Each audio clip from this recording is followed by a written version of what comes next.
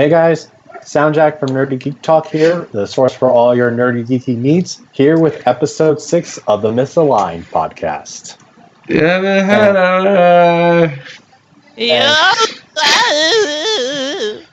And as you can tell, Zeus is here. Hi Zeus, how are you? I'm hungry. As well as our guest for the week, Chrystabella. How are you? I've never played these games. I'm doing great. How are you? Great. I am good. Thank you for asking. And today we are talking about War for Cybertron. This is specifically the Xbox, the PlayStation, and the PC version of War for Cybertron, because there is a different version for the DS, and there's a different version for the Wii, though that one's called Cybertron Adventures, and they will have their own episodes.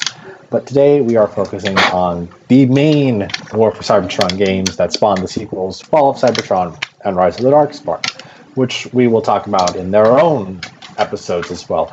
Last week, to note quickly, we did try to record an episode talking about all three, but that was a lot of information for one episode, and it just didn't work out. For the record, I was adamantly against it, and when I say adamantly, I mean I made a passive remark about not wanting to do it, but since I'm generally very neutral, that's adamant.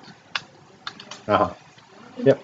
But anyway, we are here to talk about the first of the Hyman Studios Activision aligned continuity games, well, that are in the line continuity, because the Rise of the Darkspark is technically an Age of Extinction game, but it's also... What's Rise of the Darkspark? I've never heard of it before. We'll talk more about that one when we get to that one. But, so, War for Cybertron is a big bugger when it comes to discussing the aligned continuity. Because then again, the whole aligned continuity is a big bugger when discussing the aligned continuity. True, but this is one of the bigger buggers. This is one of the biggest buggers because... One of the bigger buggers? Yes, because a lot of its events occur at the same time as a lot of the stuff in Exodus, but they just cannot work together. And Hasbro approved of both of them, so I mean, this is what we have to deal with in terms of continuity. This starts out very much towards the end of Exodus, Exodus, air quotes, with Megatron seeking the Dark Energon to poison Cybertron, then the Autobots having to go to the Court of Appeal and all of that stuff.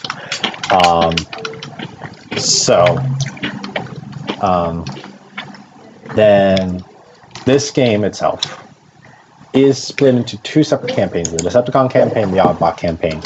But unlike games before this game, where they were just the Decepticon and Autobot campaigns were two completely stories with one side dominating the other side that were just completely different universes, basically. This is actually all in continuity. So that's something that sticks to the order, right? Sure. I was definitely listening to every word you said. Thanks, Zeus. Thanks, Zeus. You're welcome, SoundJack. But anyway, let's start with talking about the Decepticon campaign, since that happens all before the Autobot stuff. First thing that's happening, the chapter 1 of the Decepticon campaign, out of the 5 chapters, is the raid on the Trypticon space station to so Megatron can get the Dark Energon. Biggest differences with this and Exodus is biggest, but certainly not only. Starscream is not a Decepticon at this moment in time.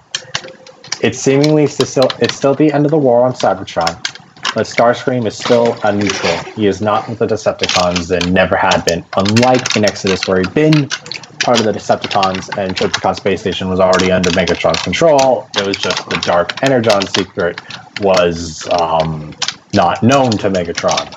Also, in this one, he's a scientist again. I don't know if he was ever not a scientist, but he is a scientist this time. Well, Exodus doesn't know if he was a scientist or not either. But excellent. This one, it's also not really stated if he's a scientist, but he's noted to be in command of the Trypticon space station, and as well, it is specifically stated he is the ruler of the station for over 1,000 years. That's like 10 months in Cybertron time, isn't it? That's like 10 Dios under the ocean. Yep. I don't get that reference. Is that a Mother-loving JoJo reference? Anyway, you do bring up a good point with length of time with this, because another thing that's noted during gameplay is that the station itself was built, quoted by Megatron, the station was built over 10,000 years ago, and he calls it antiquated technology. And it's only 10,000 years old. That doesn't sound that antiquated in robot years. Yeah, so if they've got a war going on for 4 million years, how is that old? Unless the war isn't that long in the games universe.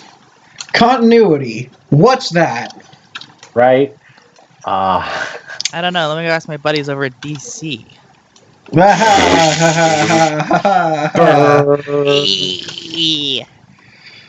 But continuing on, this is a point I also have to bring up, because this one infuriated me and my continuity when we attempted to record last week. Oh yeah, that was a classic. That was the only time I've actually seen you break down on one of these recordings. Yeah, and it's so sad that couldn't be published. I mean, we can always upload it separately, and I probably will on my own channel. That is true. But anyway, the thing that is infuriating me the most is that, according to the wiki, it says Megatron genuinely believing a caste system will bring Cybertron back to its golden age. You went silent for like a solid 2 minutes last time you said that out loud. Yes.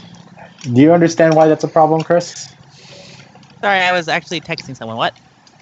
So, sorry. As part of this game, and as noted by the wiki, it states that Megatron genuinely believing a caste system will bring Cybertron back to its golden age is researching a dangerous power source known as Dark Energon. Wait. Megatron is in favor? Yes. And thinks that it will bring One moment! Well, you couldn't experience the pure reaction from me, but you can experience it from Chris. I think I can hear her screaming in the background. Proceed.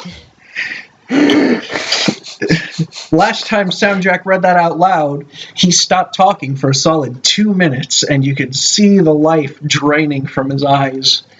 But only Zeus could see it, because we're not showing our faces in these podcasts. It was a legitimate breakdown on par with when I heard about that robot theme park. I'd pause and say, "Wait, what?" But but let's continue on. Remember, because in episode 5, when we were talking about... Oh, yes, the 6 lasers over Cybertron. Yeah, I remember that. I, got up out of my chair and just couldn't live for, a solid 2 minutes. But anyway... No, I'm okay. I was just screaming and oh, I did hear you screaming then. Yeah, oh yes, that was me shouting things that I could not do into the microphone because everyone would go deaf. Yep. Yes, I'm really it's Transformers stuff. Trust me, I'm okay. I promise. Yeah, she's okay. You know how passionate I get about this stuff, right? Love you too. Okay. All right. So, that's all good. Getting on to actually what's going on, Megatron and the Decepticons are raiding the Trypticon space station, trying to get its supply of Dark Energon. Megatron leads a squad of Brawl and Barricade to defeat Starscream's army to capture it. There's a lot of taunting by Starscream that like, you'll never get the Dark Energon. It's too powerful. You can't control it. And then guess what? Megatron just beats the crap out of all Starscream soldiers, gets Dark Energon, and is able to control it. Well done. He's Megatron. Because Megatron. Yes. Also, Megatron notes that Starscream did have a past as a Sky Commander. I don't get that. Is that a reference to something? Normally, Starscream is in his bios, especially his G1 bio, is noted to be the Decepticon Air Commander. So despite not being a Decepticon in this universe, it sounds like Starscream still has a military background, and then Megatron specifically brought it up to say, hey, you were an Air Commander once. Join the Decepticons. I can give you that power back. Does that mean he also had a brigade and they could combine into a Bruticus? Probably not, because Brawl is definitely a Decepticon that doesn't know Starscream. Why can't you just let me have this? No, I will not let you have it because it's not canon. There is no canon. This is the aligned None of this continuity. is canon. You know, the only cannon this deserves is the one on my tank to be fired out of. I am mad right now. This is all canon, and it does not agree with itself. That's what it is. The only canon is there is no canon. So it has multiple personality disorder. Yes. The Unicron Singularity screwed it up. That's that's a good excuse. Yep. I buy that. The Unicron what? Watch Cybertron cartoon, you'll understand. Okay. It's fine. I just wanted an excuse to say Unicron. I am legitimately this close to dropping an F-bomb right now. But in advance, if something slips, I apologize. Well, Zeus, just keep an eye on the timer, so if we do need to bleep something out, we can tell the editor to bleep it out. Yeah. Oh, so I should actually be paying attention then. Okay. A little bit, yeah. Yeah, just a tad. All right, let me rearrange my desktop there. We're good now. Okay, so Megatron, as I said, does get his hands on the Dark Energon, and then he goes to confront Starscream, and Starscream's like, hey, let me join the Decepticons. Let me be one of you guys. Let me help you out. And Jetfire is also on the station. And at this point, Jetfire calls Starscream a traitor and runs to Zeta Prime to tell him of what's about to happen. Traitor! Starscream? Yes. A traitor? Never. Color me shocked and odd and oh no. I was about to say color me Shockwave, but I didn't want Chris to scream. You still said it. I know, but the context matters. I muted my mic because I literally just had to curse you out. I'm sorry. I'm sorry. I have to ruin things. Editor, that's my job. You're welcome for me doing that for you. Editor, sorry for making this presumably 2 hours because we can't stay on topic. I think that's I think that's just like the theme of the show at this point. Like we all can't stay on topic for nothing. No. But I'm going to force us to stay on topic just so I can get through this first chapter.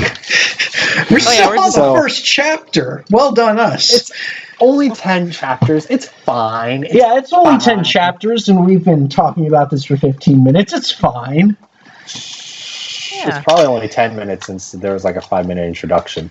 Oh, sure. I forgot about that. So we're decently A-ish. Okay-ish. Anyway, so Megatron talks to Starscream. Starscream says, hey, let me join you. Starscream runs off, calling Starscream a traitor. And Megatron brings up a very good question. Why should I bring you into my army if I can just take what I want? You come to me on the day of my daughter's wedding, you ask me for a favor. Anyway, Starscream says that the Dark Energon supply on the station is very limited, but he knows how to create more by activating ancient Energon bridge to send Energon to the station to produce more Dark Energon. Which that's what he does in Chapter 2. He does with Thundercracker and Skywarp in Chapter 2 of the Decepticon campaign. And that's pretty much all that happens in that chapter. They run through a bunch of Autobots, they defeat a bunch of things, they activate the Energon Bridge, and now the Trypticon space station is now powered up with a lot of Dark Energon. Also, if you're bad at the game, you probably had to do that 5 times.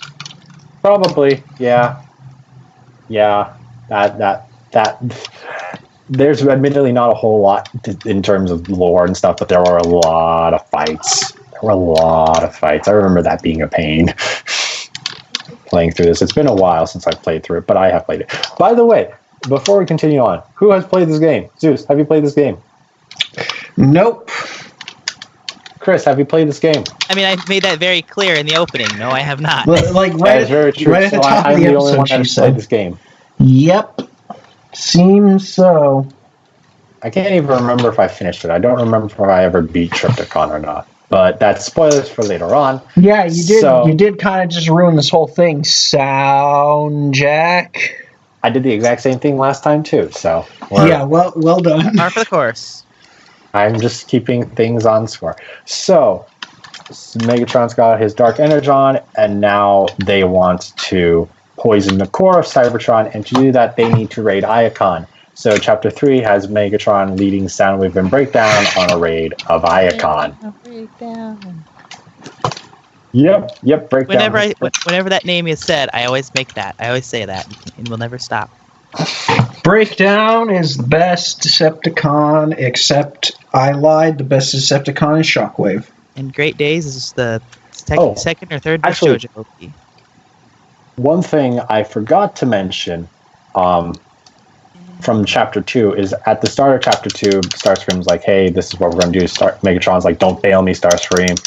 And Starscream makes a comment of like, you should be afraid of my power, Megatron.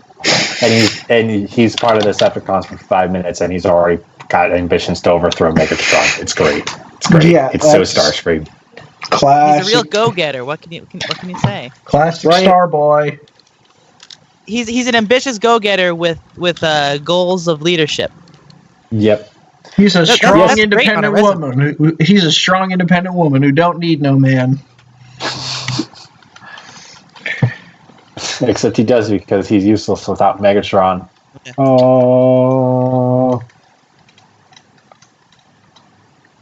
Anyway. No. You can't just go past that. What was that? What did you just do? So the Decepticons are raiding Iacon, and they are specifically attacking the Stellar Galleries, where they believe the Omega Key is, which will unlock the Omega Gate, which allow them access to Cybertron's core. You would say there's an Omega lock? Yes, kind of, sort of. Yes. Does that mean there's also an Omega Supreme? Lots of Omega. There's a lot of Omega. There's Omega Prime. Technically, the Omega lock is not here because that's in Prime, but the Omega Key is in here, and Omega Supreme is in here, but we're not quite at Omega Supreme yet, because once they raid the Stellar Galleries, they realize that the Omega Key they are looking for is not there, and that Zeta Prime has it, so they have to get to Zeta Prime, which they do. They have a huge fight with Zeta Prime, which they do. Hold on. What you're saying here is their key is in another castle. Dang it! Sorry, Starscream, your Omega Key is in another Prime. No, that's Megatron. Megatron is looking for the Omega, is the one hunting the Omega Keys at the moment.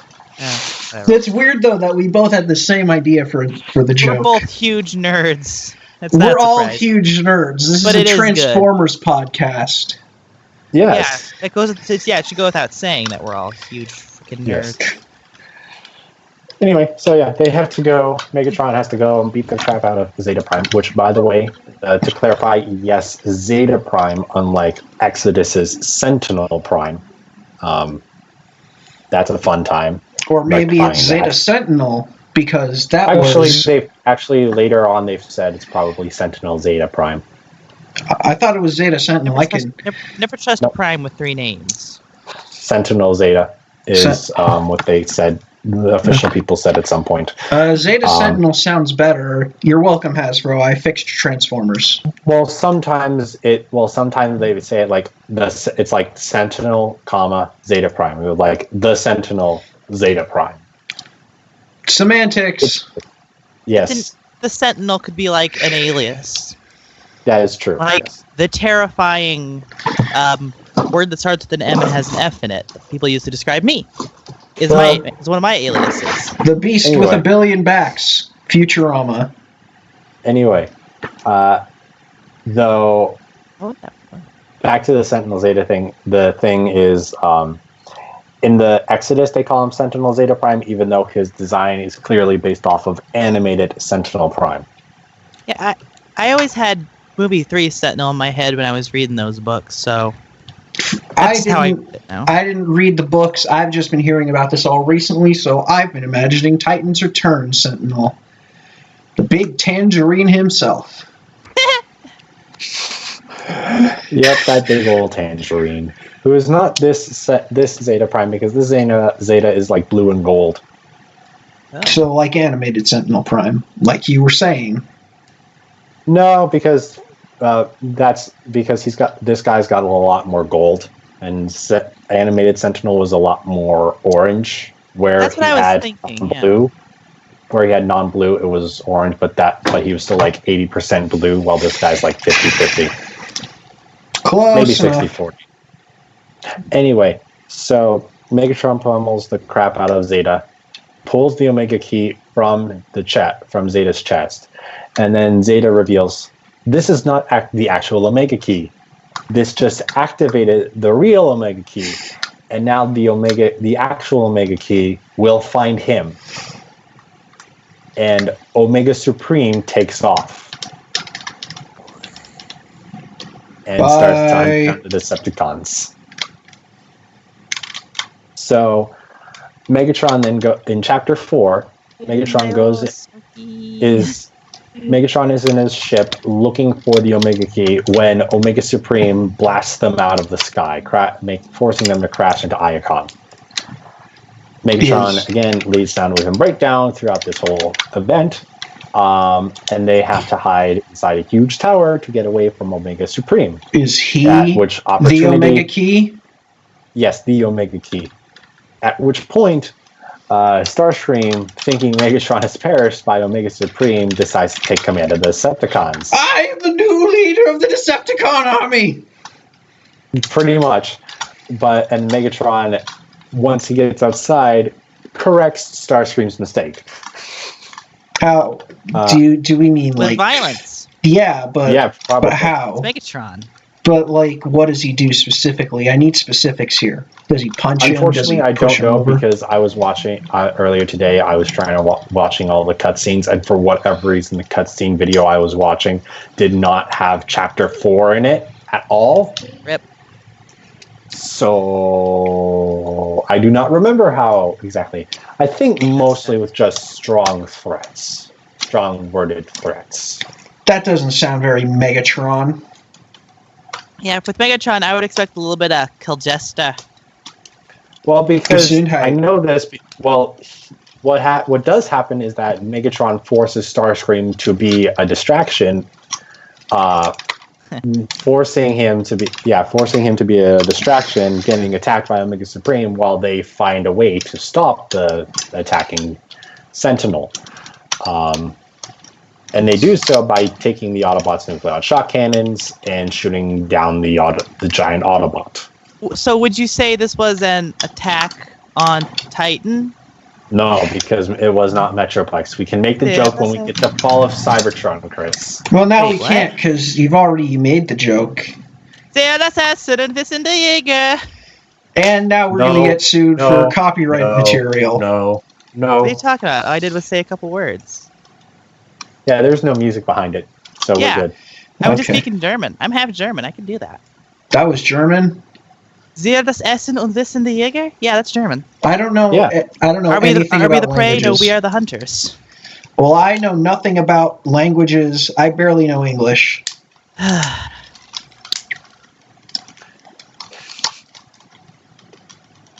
Well, continuing on. Yes. Proceed. So Omega Supreme shot down. Megatron thinks he's dead. But Chapter 5 is an entire fight between Megatron, Soundwave and Breakdown, and Omega Supreme's robot mode. It's kind of ridiculous. And that's just a fight, and that's it. Yeah, that's pretty much all it is. Megatron corrupts him with Dark Energon and then forces Omega Supreme to unlock the Omega Gate to allow the Decepticons into the core of Cybertron, polluting it with Dark Energon and poisoning the entire planet. And then they steal the Declaration of Independence. No, they do not. So much for the line you... Oh, shoot. What was the line? Where's that book? Yeah, it would take too long to find it. Oh, there it is. Anyway, so now that we finished the Decepticons, I'm just going to briefly mention what's different in this compared to Exodus. Because while there were keys to be found, and one of them was with Zeta, they were not called the Omega keys. They were called the Code Key of Justice and the Code Key of Power. And together, they activated the Plasma Energy Chamber, which was the specific device used to pollute Cybertron's core. Those two specific keys in the Plasma Energy Chamber are just excised from it, with Omega Supreme being the conduit to pollute the core, kind of.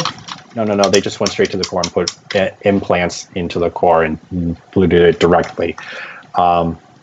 As well as, instead of Omega Supreme directly attacking the Decepticons, he was attempting to get away from Cybertron with the Plasma Energy Chamber. But since the Plasma Energy Chamber doesn't exist, then that doesn't make it as cool of a story reason. Video game reasoning, they had Omega directly go after the Decepticons.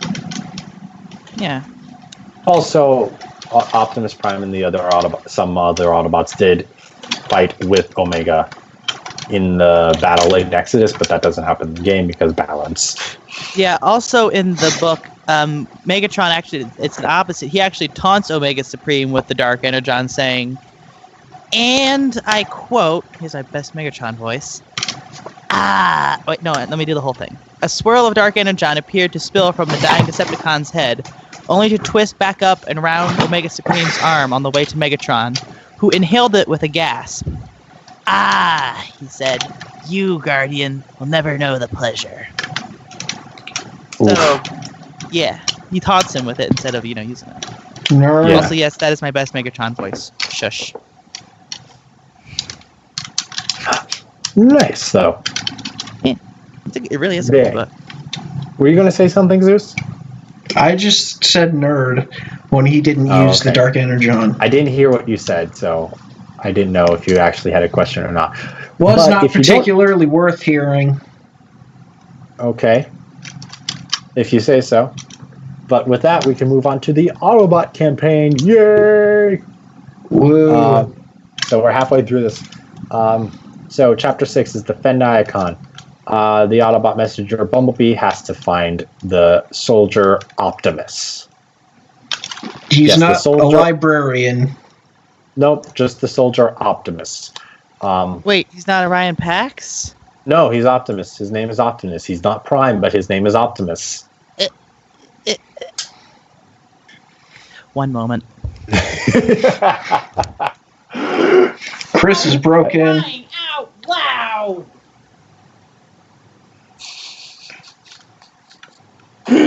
Maybe Chris shouldn't have been on this episode. I think we're going to break her. Proceed. You think we're going to break her? I think we already broke her. Yeah, that's fair. So Bumblebee tells Optimus that Zeta is dead, and Optimus takes temporary command of the Autobots, and Bumblebee, and Ratchet make a counterattack against the Decepticons and push the Decepticons out of Iacon. And they do manage to succeed a bit. They do a lot of battles. They reclaim the Decagon. Decagon? We discussed this last time. It's their pentagon, but it's more because it's a decagon that it's 10 sides. Yeah, you forget. Okay, I like that. I don't remember anything ever. I like that. It's the double pentagon. That's nice. Yes. Except it's not really a double pentagon, it's just a pentagon times 2. 2 pentagons double. Yeah, but like if you put two pentagons together, you wouldn't get a decagon. You would just get two pentagons squished on top of each other. It's a 10-sided shape, ergo a decagon. Yes. Wait, no. If you put them together one side and side by side, you get an octagon. So it's two hexagons stuck together. You do remove a side. Okay, that is a good way to think of it. Yeah. I did it. I solved the what was it called again? The decagon? I solved the decagon problem. What's my prize? Your prize is you get to keep living. Congratulations. Yay! I don't die today. If you lost, you also would get to continue to live today. So. Oh, this is a sure. This is a joke. This is not a real prize. I want. Never helps I you want sleep money. at night, SoundJack. Anyway, so they secured the decagon, and then they also end up fighting Starscream along the way. But Starscream manages to get away alive because it's a video game. And it's Starscream. Yep. But when Optimus enters the decagon, he receives a message from Zeta Prime revealing that he is alive and being held in Kaon prison. Wait, I thought he was being held in 6 Cybertron or whatever it was, 6 lasers over Cybertron. Yeah, that. No. He was always being held in Kaon prison. 6 lasers of Cybertron was only important for that being one of the first and most notable Decepticon terrorist attacks. Yeah, see, I told you I never remember anything. Yep. He was captured in the LTX casino in the Exodus. It was a casino. Okay. Yes. I knew it either had something to do with theme parks. I knew it had either something to do with theme parks or Vegas, so. Well, you just picked the wrong one. You just bet the money on the wrong horse. Which is a bad idea if I'm going to go to Vegas. Yes. But I do need to make a quick note with this whole. Optimus receives a message from Zeta saying he's still alive, because in the cutscenes, Ratchet notes that like Optimus and Ratchet both saw the body. There's no way he could have survived, despite the fact at the beginning of the chapter, Bumblebee had to come to Optimus to specifically tell Optimus that Zeta was in fact dead. Maybe they're all just a little stupid. Maybe they dare to be stupid. Have you ever thought of that? Put down the chainsaw and listen to me. I am so sorry. I'm not. Hey, that's my job. You can't just take the apologizing thing away from me, Michael. But I already did. Matt. There we go. That's your real name. Gasp! I've been doxxed. Anyway, so despite this obviously being despite Optimus, the Autobots somehow getting a message from Zeta, despite the fact that he's in Kaon prison, and despite the fact it's clearly a trap, Optimus still says, "Hey, let's go rescue him." It's a trap. And he does that with Sideswipe and Bumblebee by getting captured and nearly getting shot up by a fire squad just for Air Raid to save them in the nick of time. That was his actual plan, so as they could get inside the prison. That seems like a convoluted and dumb plan. They were 1 second away from getting shot by the firing squad before, and then Air Raid managed to save them. Yep, I was right. Yeah, I always thought Air Raid sounded like be a good female aerial bot. I don't know why. Possible. Sounds more feminine. Whatever. Anyway, so they escape. So Optimus, Sideswipe, and Bumblebee escape to the tunnels below. Air Raid gets captured. So now the Autobots have to sneak through the prison to rescue Air Raid, and then they get Air Raid. While trying to do so, they get captured again, but they manage to escape again, and then they manage to free all of the Autobots. And then do they get captured again? No, they actually find where Zeta Prime is being held, and they fight Soundwave. Does he talk? Yes. Then he's wrong. He's been talking this entire time. He talks in the book, too. Yeah, I know. And that's the problem. Yeah, because according to the Covenant of Primus, Soundwave already took his vow of silence. And also, didn't he take it in Exodus at some point? Maybe. No. Oh. At least not that I read. Okay. Then he didn't. Anyway, so I need to bring up this one stupid quote because in this battle, Soundwave is behind an impenetrable force field and sends his minions out. But whenever one of his minions is taken down, he has to go out of the force field to rescue them. And every time he does that, Sideswipe comments, "Aw, he's like their daddy." What the hell?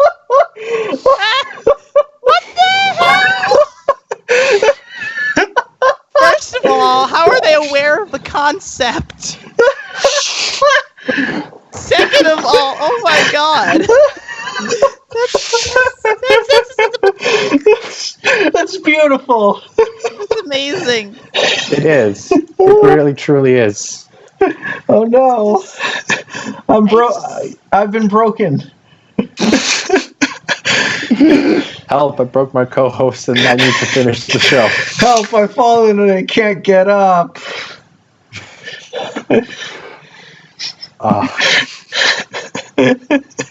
Yeah. Oh no. That's the only good thing Sideswipe's ever done. Excuse me? So is this the same? This is the same Sideswipe from RID 2015 then? No. And I will explain why when we get to that point. But the gist is that the creators don't think of him as the same Sideswipe, so we shouldn't. Because he wasn't going to be Sideswipe, he was going to be a different character called Fastlane. Okay, but what about Rescue Bots? What about Rescue Bots? Yeah, what about Rescue Bots? What did Rescue Bots ever do for me? I don't know. Let's continue.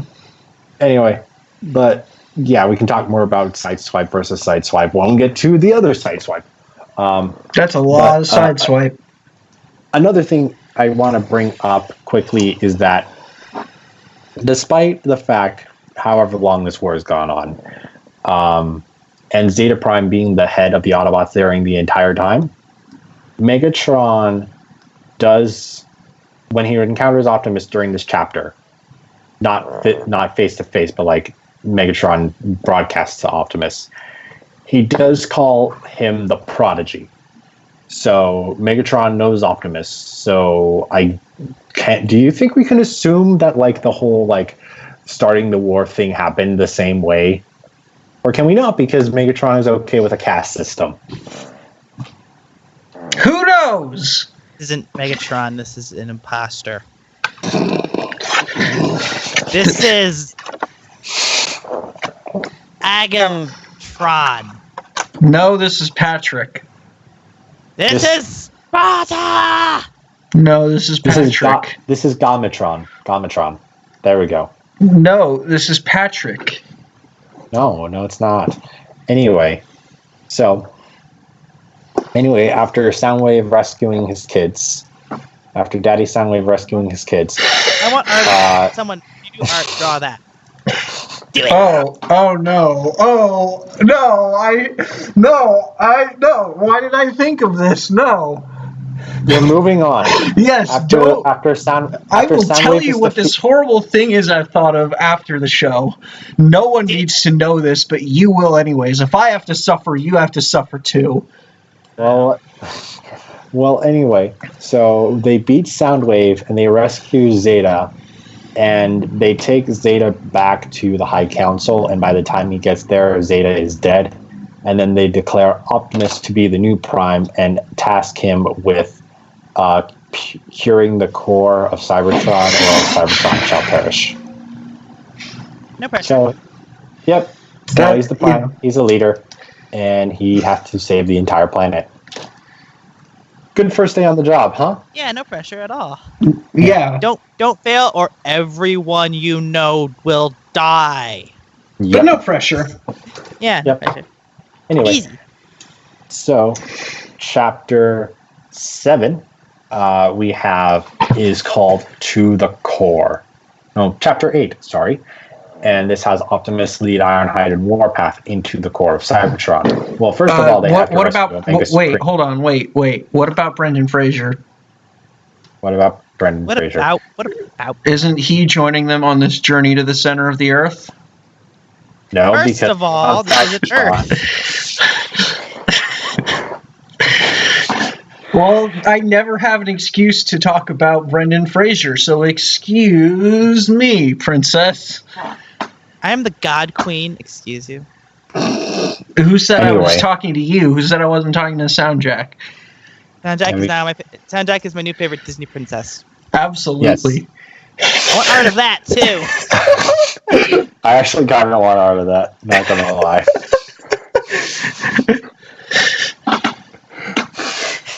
Anyway, so they find Omega Supreme being held by the Decepticons. They rescue Omega Supreme from the Decepticons, and Omega Supreme opens the Omega Gate for them to go down to the core. Ratchet has to come in to repair Omega Supreme enough to get him to do so, and then he has to take him back to base to fully fix him. But Omega Supreme's alive, and they are getting to the core. But they aren't able to travel there completely on foot. They have the assistance of space slugs. Space who? Space slugs. So you mean like big snails in Like space? the thing in Star Wars? No, The like Exaroth, that's it. no, like a slug from Earth, just like comparable. Like if the Transformers were human-sized, these would be like larger than elephants, and they're slugs. And they have Space they have slugs. manned turrets on their backs. Because why not? Space slugs. Space slugs. Space You're making slugs. You're making that up. You're making that up. I am not. It's a thing. Space exists. slugs. Space slugs.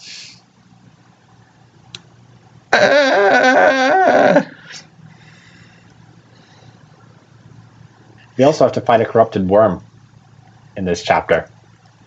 That's it. I've hit my stupid quota for the week. I'm out. That's it. I'm done. We've got 2 more chapters to get through, Zeus. Come back. Russell, if you're watching this, you know exactly what's in my head right now. Oh God.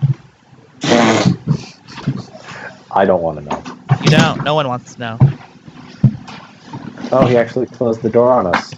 I forgot how hot it is outside my room. I'm not done. Okay, good. Glad we could lure you back here with the promise of air conditioning. I don't even have AC. My fan's not on. My room's just cold for some reason. Oh, okay. My room's Anyway. cold too. That's because I have the fan on. So, after traveling to the center of Cybertron with space slugs and having to beat a giant corrupted worm they cured the core of its corruption. And the core speaks to Optimus, saying, "My spark is damaged. I will need millions of years to heal. Take the matrix of leadership as it contains a portion of my spark. As long as that exists, Cybertron can still live." Are we sure this is still Transformers at this point? Yes. I feel like some of this is like another sci-fi game that they decided to turn into Transformers for some unholy reason. No, it's not. It's all Transformers. This is unusually stupid. That's what I'm saying. It's like they took another sci-fi game that wasn't ever going to get made, and like, well, if we slap Transformers on it, make some adjustments, there we go. Oh, so it's like what J.J. Abrams did with the 2 Cloverfield movies he made after the first Yep, Cloverfield. that's exactly what I was referencing. Oh, so you and I then are like the only 2 people who have been on the show who know about that, because I had to explain it the first time I was on the show. Yep, I did not know. Yeah. But, so, now that the core, getting back to the game, now that the core has been purged, the Autobots make their escape from Cybertron in all of their shuttles. However, now we're in Chapter 9, Megatron is using the Trypticon space station to shoot down every ship. So Optimus orders Silverbolt, Air Raid, and Jetfire to attack the Trypticon station. They do so. They attack, they get inside it, and they shut down its power core. However, Megatron taunts them that he has a backup generator in the giant station, and then the station itself decides to mock them. Because, of course it does. Because it's Trypticon, and it's alive. Hey, that's a spoiler. But can we also talk about the fact, I didn't get to this part in reviewing it, but from my understanding, in reviewing the cutscenes, but my understanding, Jetfire doesn't know this either. Jetfire doesn't know it's alive, but he worked on it. That's what... You'd think if you were working on a space station for at least a few hundred years, presumably, you would know it was alive and also a giant dinosaur. Yes, but I'm guessing he doesn't because he leads them to the power core rather than the conversion cog, instead of the transformation cog. Why is it different, though? Okay. We discussed this the last time, but I shall definitely discuss this again because this is an important bit of like Hasbro's mentality around 2010. They were very concerned about the Transformers trademark becoming a genericized trademark, meaning it just becomes a term that can be used to anything similar, even if it's not it. So you can't properly trademark that word. For example, Google has kind of become a genericized trademark because even if you're going to search something online by using Bing, you're going to say, hey, I'm going to Google that. Well, that's because no one uses Bing. Or Band-Aid. Or Band-Aid, yes. too. Yes. Or Jello. And apparently gelatin. And apparently in some places they call it Kleenex instead of tissue, but I've never heard that. Oh yeah, that's what we say here. Oh. Yeah. Interesting. Yeah. So it's stuff like that. So they didn't want that. You were talking about before where some places they just call all soda Coke, right? Yes, that's true. That is very true. Some places just call soda Coke. Which is stupid. Yeah. But, or was it cola? Maybe it was cola. Anyway. Either way, stupid. But back to the point of the genericized trademark. So with Hasbro's concern of Transformers becoming a genericized trademark, which could be applied to any transforming robot thing, they try to use the word transform as little as possible. So a lot of times when you would see transform on packaging instruction, it says convert. In these instances, transformation cog is now the conversion cog, or in the Prime cartoon, it becomes the T cog. Even Optimus Prime's main catchphrase, transform and roll out, has in recent years been simply shortened to roll out. Yep. And it's less iconic, and I hate it. Yep. I think he gets it. Maybe he gets transform and roll out every now and again, but more 9 times out of, not probably like 99 times out of 100, it's Autobots roll out. So that's all that. But anyway, so Jetfire, Silverbolt, Air Raid, attack the conversion cog, destroy it, force Trypticon space station into robot mode. And like Zeus said, it is a giant dinosaur. So but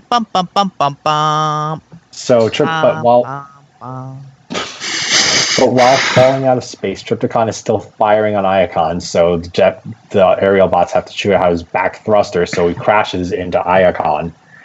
And then Optimus Prime, Bumblebee, and Ironhide have to fight Trypticon, like how Megatron and the others had to fight Omega Supreme. And pretty much the fight is that chapter 10, which is titled One Shall Stand. So Trypticon is defeated. His ship systems are shut down. The remaining Autobot transports escape the planet's dying surface. And Optimus informs his main group of their new transport, the Ark, that will allow them to leave Cybertron, which would directly lead into Fall of Cybertron if we didn't have Rise of the Dark Spark in the middle. What's Rise of the Dark Spark? I've never heard of it before. We'll discuss that maybe not next week. We'll discuss it when we get to it. We might want to discuss the other versions of the War for Cybertron games first. We will discuss what Rise of the Dark Spark is shortly. But that is all the info on that game. Zeus and Chris, do you have any questions in regards to War for Cybertron? Space slugs! Yes, I do want to know whose idea that was too.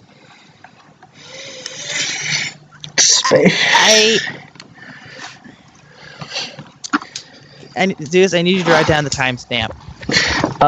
Okay, give me 1 second to make a mental note. And we're going to need to put in a bleep. 51, we'll call it 51:20. All right. What the Okay. That out of the way. That's it. That's all I got to say. Okay.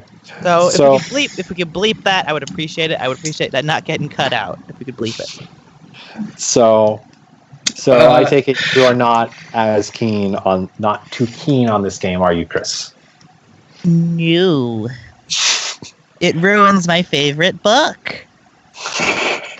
So no, I am not too keen on it at all. In fact, I am what you might call royally pissed and desperately wanting to hurt something. Space slugs!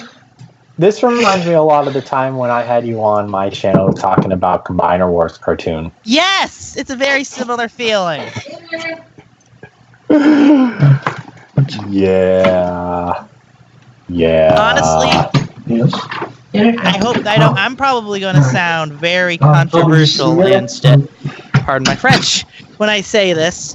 I almost would prefer that to this. Okay. Almost. I gotta not step entirely, out. But I gotta step out. So have fun with that. Okay. Right, can we just wrap real quick? But I'm mad. Yeah, a lot of people have said this is a good game, and it is a good game. The problem with it is the story. Oh, yes. The continuity. I have no problem with the story if it wasn't in aligned continuity. The story is fine. It's cool. I like it. As long as it's not in aligned continuity. But as soon as you drop it into... We heard you the first time. All right, I just want to make sure. You're straight up going? Well, I mean, I have to go eat. Okay. So I just want to make sure that is known. All right. Okay. So bye-bye. Okay. Actually, I think we're almost done. So if you just want to stay right quick, so for the outro. Dinner's on the table right now. Right now. Okay. Yeah. So, all right. Yeah. Give us your info quick. You can find me on Twitter at _Zeus. That's a full word _ spelled out. I've got an Amazon list up there because my birthday's coming up soon. Jesus Christ, I'm going to be an adult. That's terrifying. You can find me on Instagram at pcm.exe. I don't post there often. And you can find me on YouTube at PCM Reviews. And I'm planning on reviewing something at some point. Cool. All right. Bye, Zeus. So like I was saying, not having it in aligned continuity, it is good. I like the story. Dropping it into aligned is like, okay, I've got this amazing example. You have this glorious, beautiful, perfect cake. It's got the best buttercream icing in the world, all right? Inside, it's chocolate, or it's white, or whatever you like. Mm-hmm. It's just the most glorious, fluffy, delicious cake in the world. And then you take a big old dog turd and smack it right on top of everything. What a great description, Chris. Actually, no, that's not. No, let me. No, not a dog turd. You take a big old cheeseburger and you drop it on top of it and smush it down in there. Both of those things on their own individually are delicious. But as soon as you combine the two, it's just nasty and disgusting, and they're both ruined by being associated with the other. One more so than the other. Uh-huh. Because cake. Yeah. You can wipe the cake off of a burger. But you can't wipe the burger off of the cake. It's a little hard to get ketchup and mustard out of cake frosting. Plus, the cake is like a mushed ruin now. No, not the cake. The cake was. I have somebody in my pocket. I just punched you through my screen. I don't know if that will come through my audio. I think, I heard that. Oh, wow. Oh, did you guys wrap already? Nope. Not quite. Okay, because I just need to know because the recording is still going here. Yes. So we're almost done, though. All right. But so as this can be wrapped up, because unfortunately real world time constraints are upon us, next week will be either Revenge of the Dark Spark or the another set of War for Cybertron games. But for social media information, Chris, where can people find you at? People can find me on one of my 2 Twitter accounts. I have my main, at Shingeki.ass. That one is 18 and plus only, as I like and occasionally retweet some not safe for work material. If you want to follow me on an account where there is no age restriction and there's none of that stuff, you can follow me at Soza Productions. I'm not on there as much, not nearly as much, but I will see if you tweet at me or something. So that's the place to get in contact with me. I have a YouTube account, Sonozawa Productions. That's where I post some stuff. I've got I'm not going to plug the Instagram. I don't hardly even use that. So yeah, that's it. Cool. So for me, you can find me at SoundJack426 on Twitter, Instagram, YouTube. YouTube, I do a bunch of toy reviews. It's been light recently because I've moved and I'm still adjusting. And I do other things on there as well. Instagram, a lot of toy photos. Twitter, I just post things. I hang out. Come say hi to me if you want to. But for this podcast, the Misaligned podcast, you can find it at YouTube and any of your podcasting places such as Podbean, Apple Podcast, all of those good places. Wherever you find podcasts, you can find this podcast on the Nerd Geek Talk Network. You can follow Nerd Geek Talk on Twitter. And you should check out all of our other podcasts that are available on all of our different sources. But that will do it for us today. So see you next time. Bye. Sayonara.